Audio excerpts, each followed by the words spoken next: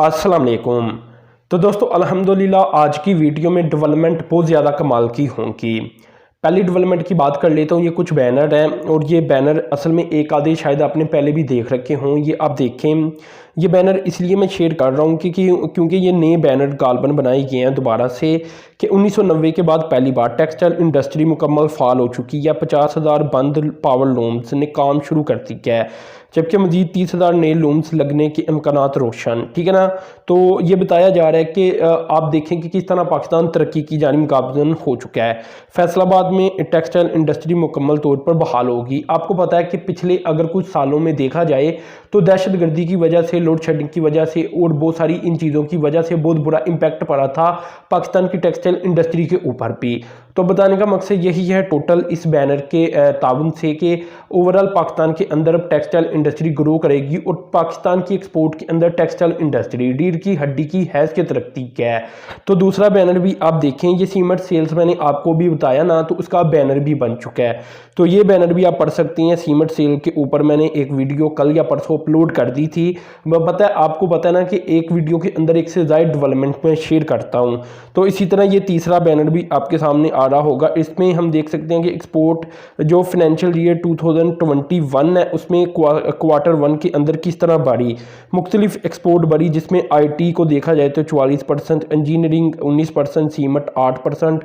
तो इस तरह ये चीज़ें बताई गई हैं बैनर के थ्रू। तो ये बैनर मैंने शेयर किए। शेयर करने का मकसद यही था कि ये इजीली अंडरस्टैंडेबल होती हैं कि भाई इस तरह इन चीज़ों में बेहतरी आई है पाकिस्तान के अंदर। अगर तो 2020-21 के अंदर देखा जाए 2019-20 की निस्बत।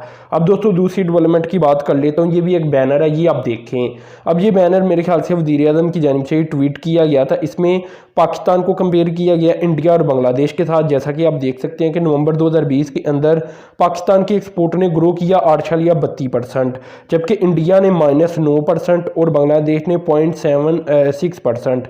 यानी इंडिया की जो एक्सपोर्ट है वो कम हुई, जबकि पाकिस्तान की बढ़ी और बांग्लादेश की 1% तक नहीं बढ़ सकी। जबकि अगर दिसंबर 2020 के अंदर देखा जाए तो पाकिस्तान की एक्सपोर्ट 18% से भी ज़्यादा की बढ़ी, जबकि इंडिया को देखा जाए तो ये -0.80% यानी फिर कम हुई। और अगर बांग्लादेश को देखा जाए तो ये 6.11% यानी माइनस के अंदर है, तो इनकी भी कम हुई। तो बताने का मकसद ओवरऑल यही है कि पाकिस्तान की एक्सपोर्ट बढ़ रही है। अब दोस्तों तीसरी डेवलपमेंट की बात कर लेता हूँ। ये डेवलपमेंट दोस्तों कुछ इस तरह से है कि प्राइम मिनिस्टर इमरान खान बहुत ही जल्द इंस्टेंट पेमेंट को, जो उसका फर्स्ट फेज़ है जो कि डिजिटल पेमेंट ही होगी गालबन, इसका इफ्तिताह कर देंगे। ये एक प्रोजेक्ट था ना, जैसा कि मैंने आपको बताया था कि डिजिटलाइजेशन पाकिस्तान के अंदर हो रही है, क्योंकि पेपाल और बाकी चीज़ें तो पाकिस्तान के अंदर मौजूद नहीं। तो Pakistan state bank of Pakistan के ताउन के साथ ही अपना ही कोई ऐसा सिस्टम बनाना चाहता है जो कि डिजिटलाइजेशन कर सके, जो इकानमी है पाकिस्तान की उसे भी, और पैसों का जो लेन देन है वो भी डिजिटल तरीके के साथ हो सके, जिस तरह पेपाल या बाकी मेथड के जरिए होता है।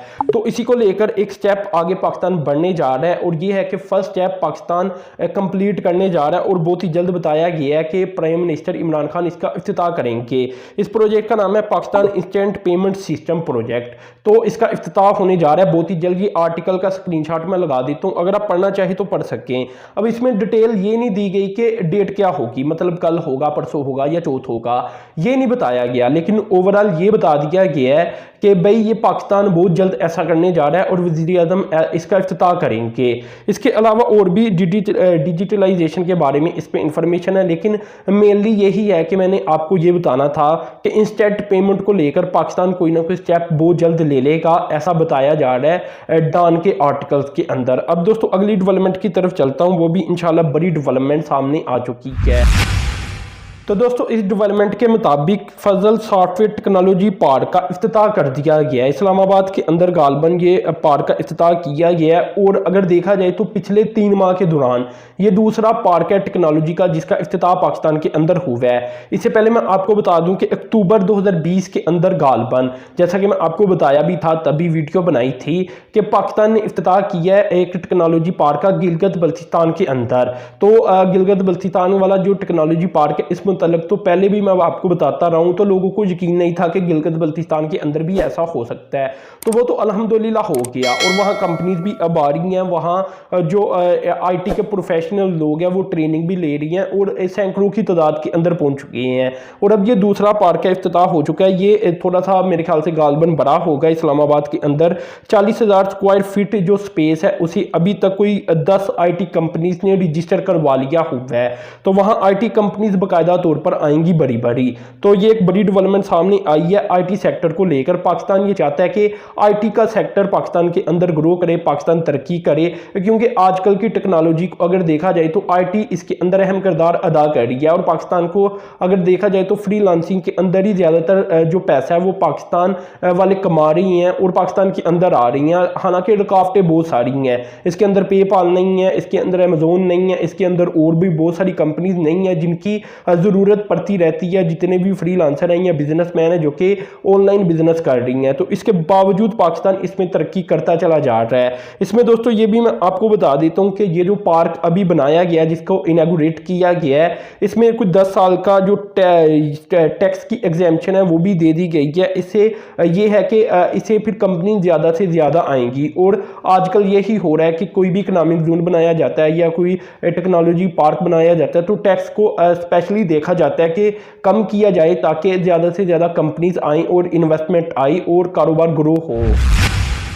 अब दोस्तों अगली डेवलपमेंट की बात कर लेता हूँ। ये आ रही है इटली से। तो इटली के एम्बेसडर की जानिब से ये कहा गया है कि बहुत ही जल्द इटली पाकिस्तान के अंदर जो टेक्सटाइल की एक्सपोर्ट है यानी उनकी तरफ इंपोर्ट बन जाती है, उसे मजीद ग्रो करने की कोशिश करेगा।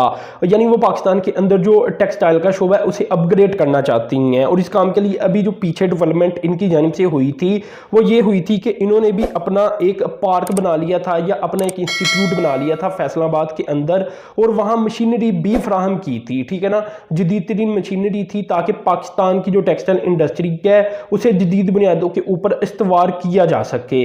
तो ये एक डेवलपमेंट उनकी जानिब से सामने आई थी और ये अब चाहती हैं कि पाकिस्तान को टेक्नोलॉजी ऑफ ट्रांसफर भी किया जाए। कौन कौन से सेक्टर के अंदर ये टेक्नोलॉजी ऑफ ट्रांसफर करेंगे ये मैं आपको बता देता हूँ। एक तो हो गया ना टेक्सटाइल सेक्टर, एक एग्रो इंडस्ट्री, एक कंस्ट्रक्शन सेक्टर, एक एजुकेशन और एक हेल्थ सेक्टर। तो यहाँ इनकी नज़र है कि हम काम करना चाहती हैं पाकिस्तान के साथ मिलकर और पाकिस्तान को ग्रो करवाना चाहती हैं। और दोस्तों यहाँ ये भी मैं आपको बता दूं कि जो बाइलैटरल ट्रेड में टारगेट सेट किया गया वो ये किया गया हर साल कोई $500 मिलियन तक का इजाफा हो।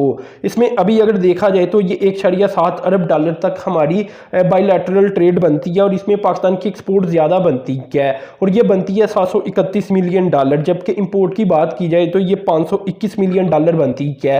तो इस तरह पाकिस्तान की ओवरऑल कोशिश है कि ज़्यादा से ज़्यादा चीज़ें इटली को मजीद फ़रोख्त की जा सकें और इसमें टेक्सटाइल इंडस्ट्री अहम किरदार अदा कर रही है।